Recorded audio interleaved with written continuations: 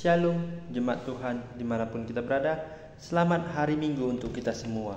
Bagaimana kabar Bapak Ibu Saudara yang terkasih di dalam nama Tuhan kita Yesus Kristus? Marilah kita masih bersama di dalam tangan kasih Tuhan. Dan semoga Tuhan masih memberkati dan tetap terus memberikan kita kesehatan dan berkat-Nya yang melimpah.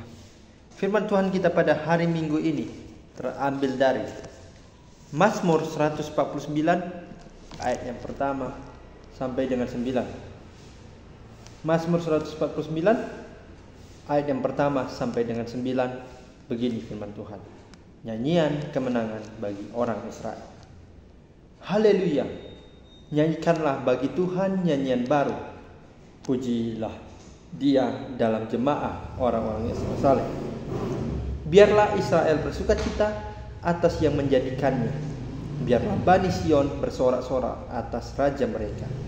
Biarlah mereka memuji-muji namanya dengan tari-tarian. Biarlah mereka bermazmur kepadanya dengan rebana dan kecapi. Sebab Tuhan berkenan kepada umatnya. Ia memahkotahi orang-orang yang rendah hati dengan keselamatan. Biarlah orang-orang saleh beria-ria dalam kemuliaan. Biarlah mereka bersorak-sorai di atas tempat tidur mereka.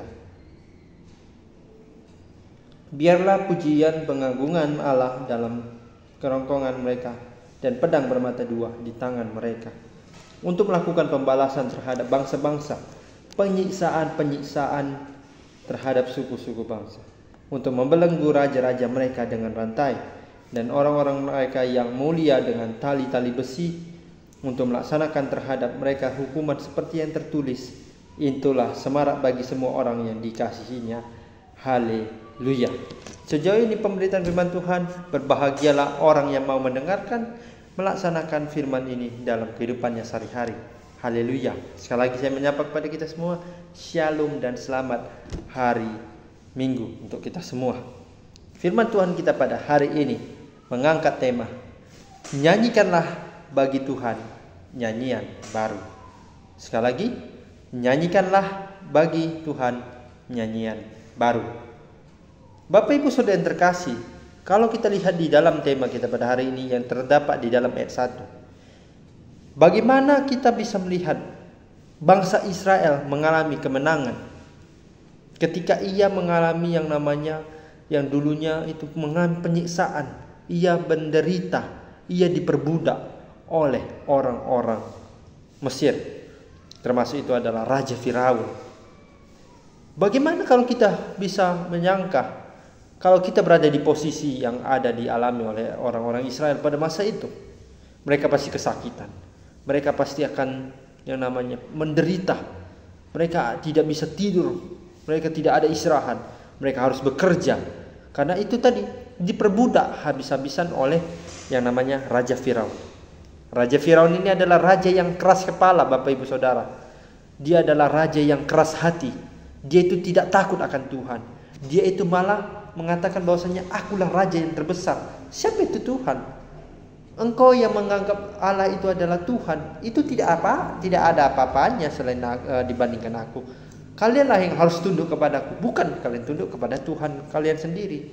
Itu yang dikatakan Raja Firaun begitu. Jadi dan pada saat ini kita lihat bahwasanya ketika orang-orang Israel ini ingin yang dinamakannya adalah mereka ingin bebas. Mereka ingin yang namanya tidak mau lagi diperbudak. Pada akhirnya apa? Tuhan menjawab doa-doa mereka. Dan Tuhan mengutus Musa, Harun dan sahabatnya untuk mengeluarkan bangsa Israel dari tanah perbudakan, yaitu di Mesir. Mengeluarkan ataupun membebaskan bangsa Israel ini tidak mudah, Bapak Ibu Saudara yang terkasih. Justru banyak rintangan, tantangan dan segala macamnya, sehingga banyak sekali orang-orang Israel ini yang sudah cemas, khawatir apakah bisa selamat atau tidak. Tetapi kita sudah percaya bahwasanya di dalam kitab Perjanjian Lama, khususnya di dalam kitab Kejadian tentang perjalanan bangsa Israel menuju tanah perjanjian, tanah Kanaan, mereka akhirnya bisa keluar dari tanah perbudakan itu. Oleh sebab itu, makanya dikatakan di dalam Mazmur 149 ayat 1 sampai 9, mereka bernyanyi bersorak-sorai oleh karena Tuhan sudah membebaskan mereka. Mereka mengagung-agungkan nama Tuhan begitu dengan dahsyatnya, begitu dengan kuasanya. Karena mereka yakin bahwasanya Tuhanlah luar biasa, Tuhanlah Rajaku. Dia telah menyelamatkan aku dari perbudakan bangsa Mesir yang dipimpin oleh Raja Firaun ini. Bapak Ibu Saudara yang terkasih, kalau kita lihat di dalam konteks teks kita dalam Mazmur 149 ayat 1 sampai 9 ini, mereka memuji Allah dengan begitu banyak sekali gerakan, dengan berbagai sekali yang namanya ekspresi. Bukan ekspresi sedih, tetapi ekspresi senang.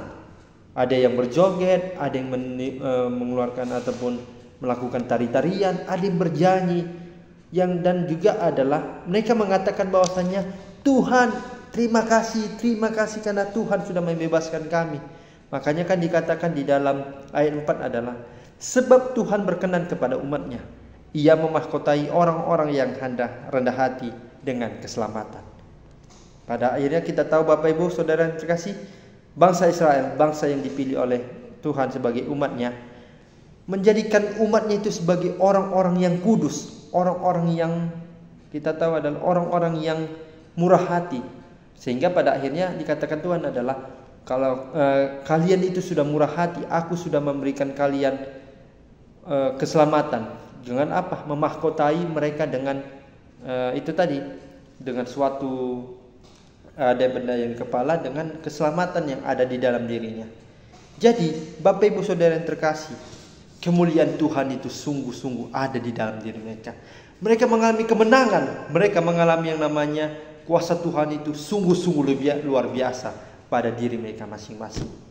Lantas bagaimana dengan kita, Bapak Ibu Saudara yang terkasih, di dalam nama Tuhan kita Yesus Kristus?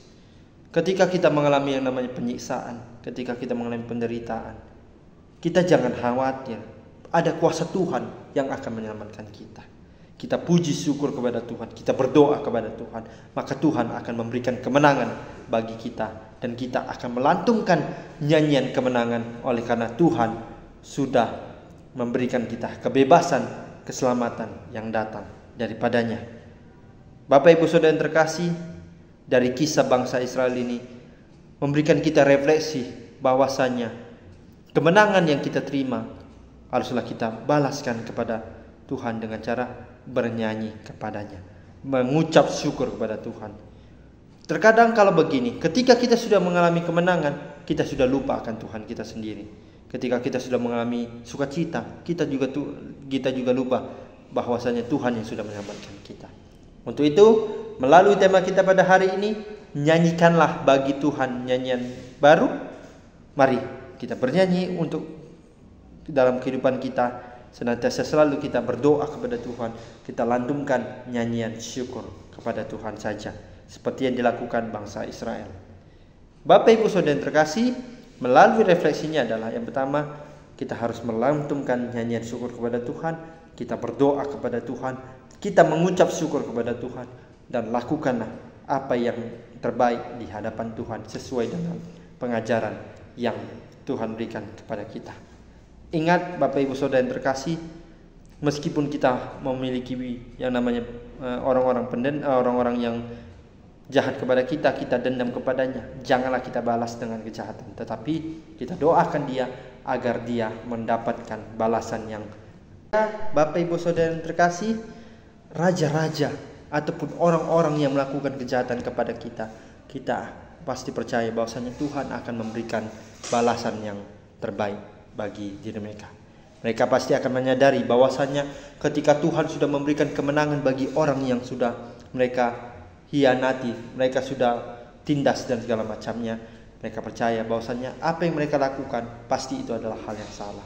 Karena di dalam ayat 7 dikatakan Tuhan adalah melalui perintah perkataan Tuhan melalui Daud adalah untuk melakukan pembalasan terhadap bangsa-bangsa, penyiksaan terhadap suku-suku bangsa. Lalu disambung ayat 8, untuk membelenggu raja-raja mereka dengan rantai dan orang-orang mereka yang mulia dengan tali-tali besi. Sambung lagi ayat 9, untuk melaksanakan terhadap mereka hukuman seperti yang tertulis. Itulah semarak bagi semua orang yang dikasihinya. Haleluya. Ingat Bapak Ibu Saudara yang terkasih, orang yang melakukan kejahatan akan mendapatkan hukuman. Dan orang yang akan melakukan kebaikan pasti akan menerima berkat daripada Tuhan. Untuk itu Bapak Ibu Saudara yang terkasih, melalui firman Tuhan kita pada hari Minggu ini, kita harus bernyanyi, kita harus bersorak-sorai, memuji nama Allah, memuji nama Tuhan. Kita mengalami kemenangan, kita jangan melakukan dosa, karena bersama Tuhan hidup kita akan selamat. Demikian firman Tuhan. Semoga firman Tuhan ini bisa bermakna dalam kehidupan kita sehari